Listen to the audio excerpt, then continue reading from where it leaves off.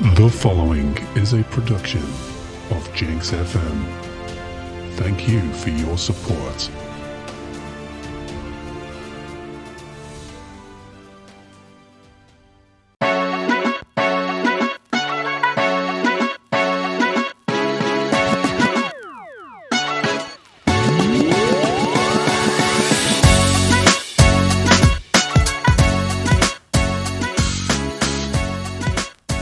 Welcome to the Football Chat with me, Jenkins. Last weekend we had FA Cup action where a Friday night match saw Aston Villa play Cardiff City at Villa Park.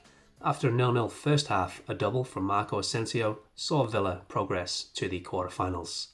The host looked in control, but found the visiting goalkeeper in fine form as he made several key saves. Saturday saw more FA Cup fifth round action, with Crystal Palace hosting Millwall at Selhurst Park. An early red card for Roberts took Millwall to 10 men on 8 minutes. An own goal by Tanganga, followed by a 40th minute from Munoz, put Palace up 2-0, before Hadding got a goal back 13 minutes deep into stoppage time. Nketiah scored in the 81st minute to stretch Palace's lead to 3-1, where they held out to advance to the next round. Preston North End had a very impressive 3-0 win over Burnley at Deepdale. Goals from Brady, Osmajic gave them a 2-0 half-time lead, and Keane scored in the 73rd minute to finish the match 3-0. In a tight match between Bournemouth and Wolves, they finished 1-1 after extra time. A penalty shootout followed where Bournemouth won 5-4 on penalties.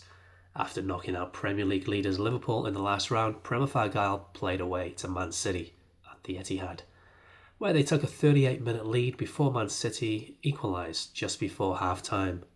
City then went 2-1 up after O'Reilly got his second goal, followed by Kevin De Bruyne scoring in the 90th minute to round off a 3-1 win for City as they advanced to the quarters. Sunday saw Newcastle United at home to Brighton and Hove. Newcastle took a 1-0 lead through Isak on 22 minutes after they were awarded a penalty. Brighton scored an equaliser a minute before half-time. In the second half, no goals were scored, so the match went through to extra time. In the second half of extra time, Danny Welbeck struck for Brighton to give them a 2-1 win away in Newcastle. At Old Trafford, Man United faced Fulham, where Fulham went into a 1-0 lead at half-time. In the second half, Bruno Fernandes got one back for United on 71 minutes, and the game also went into extra time. No goals were scored, so it was on to a penalty shootout where Fulham won 4-3, sending them through to the quarters. To round off the FA Cup action of the weekend, there was a Monday night match where Villa played Ipswich Town at the City Ground. Ipswich Town took the lead in the second half with a goal from Hurst. Yates pulled one back from Forrest on 68 minutes. Then the game went into extra time. No goals saw the game progress to penalties, where Forest won 5-4. The quarter-final draw was made, and ties see Bournemouth at home to Man City, Forest away to Brighton, Palace travel to Fulham, and Preston North End welcome Premier League Aston Villa.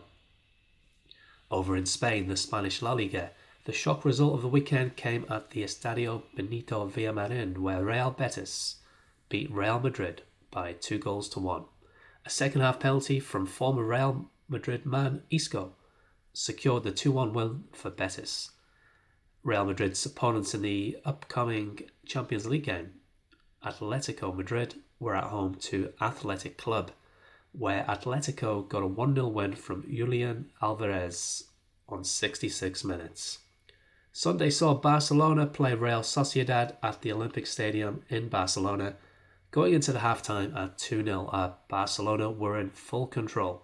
Two more goals in the second half saw Barca win 4-0 to keep them top of the league, 1 point ahead of Atleti, who now have opened up. Both teams have opened up a gap between Real Madrid following their loss to Betis. Betis move up to 6th place in the league with a Europa Conference position. The top of La Liga now is made up of Barcelona in first, Atletico second, Real third, Athletic Club in fourth. In Serie A, AC Milan lost at home to Lazio 2-1. Lazio scored a 98th minute winner by Pedro. Roma won 2-1 against Como following a red card for Kempf on 63 minutes. Atalanta had a 0-0 draw against Venezia. Napoli drew 1-1 at home to Inter Milan. The table now shows Juventus have closed the gap a little, up in 4th place, after Milan, Napoli and Atalanta all drew. With Inter Milan still in 1st place, Napoli 2nd, Atalanta 3rd. AC Milan's loss, their 3rd loss, sees them drop to 9th place in the league table.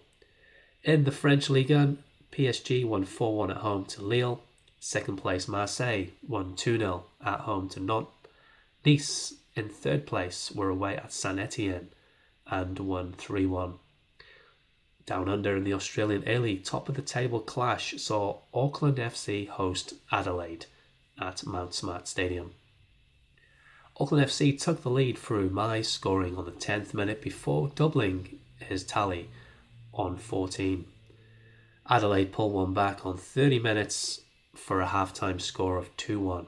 In the second half, Logan Rogerson put Auckland 3-1 up before 2 penalties brought the score to 3-3. Into injury time, Auckland FC captain Hiroki Sakai scored what was seen as a winning goal, only for 6 minutes later Adelaide to score an equaliser, and the game finished 4-4. On the same weekend, Melbourne Victory got a 1-1 draw away to Brisbane Roar. Sydney won 2-0 away to Macarthur. Sunday saw Western Sydney Wanderers beat Perth Glory 4-1.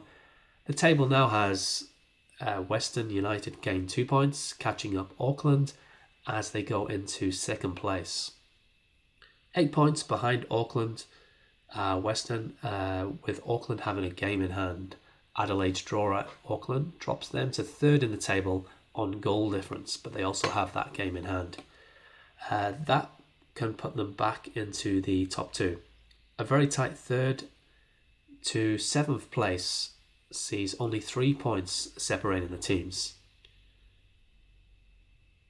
Premier League will return this weekend with a Saturday lunchtime match between Nottingham Forest and Man City at the City Ground. With only a point separating these teams in 3rd and 4th place, a win for City can put them up to 3rd in the Premier League. 3 matches have 3 o'clock kickoffs on Saturday. Brighton at home to Fulham, Ipswich away to Crystal Palace, Liverpool home to Southampton in a top versus bottom match.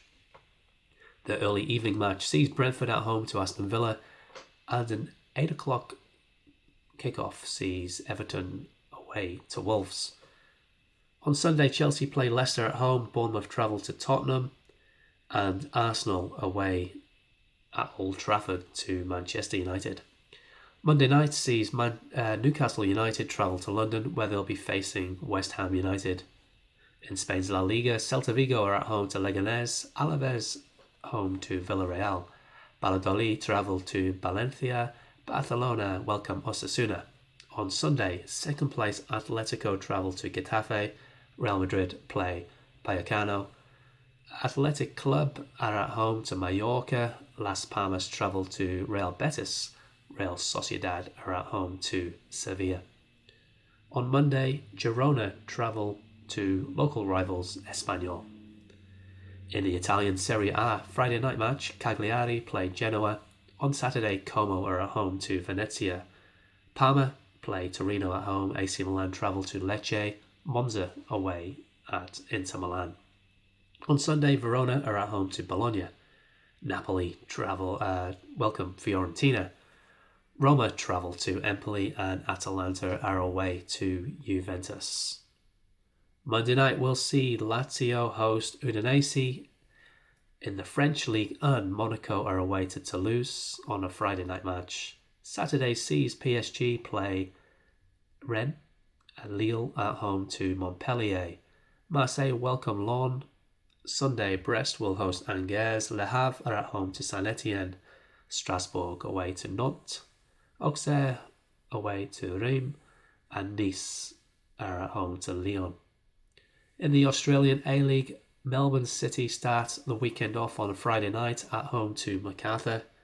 Adelaide will be looking to get back to winning ways and move up to second if they can beat Brisbane and other results go their way.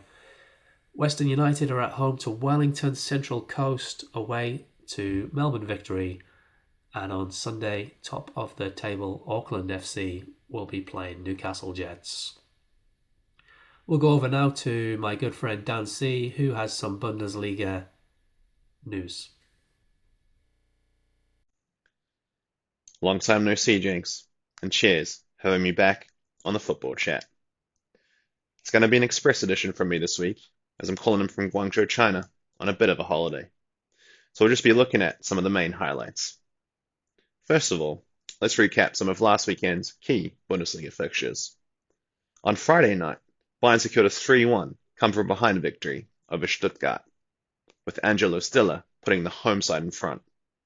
Bayern then dashed any hopes of Leverkusen fans around the world by not only equalising through Michael Elise, but slotting in two more, with Leon Goretzka capitalising on some sloppy play in the 64th minute, and Kingsley Coman putting a cherry on top in the 90th, placing Bayern 11 points clear.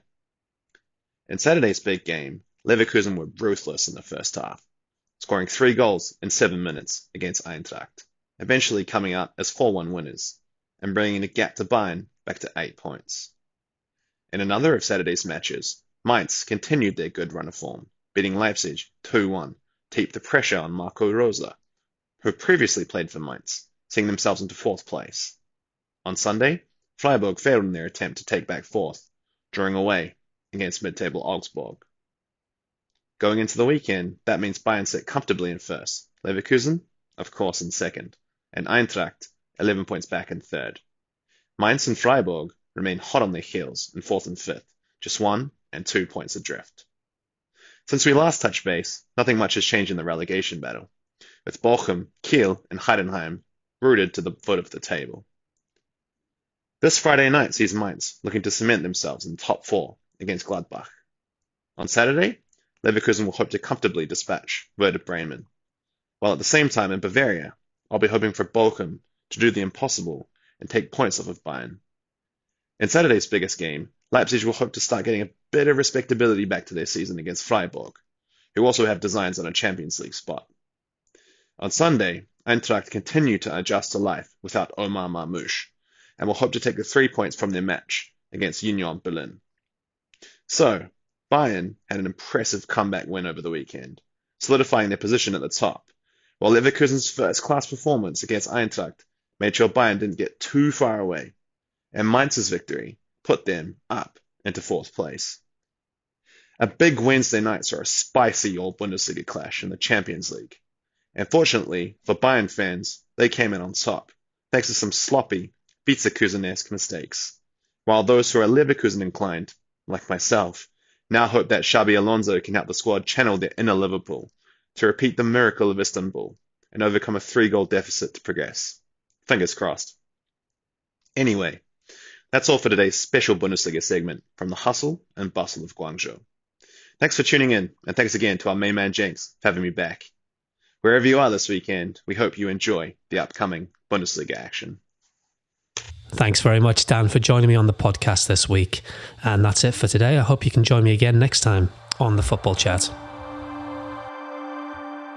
Thank you for listening to the Football Chat with Jenks on Jenks FM.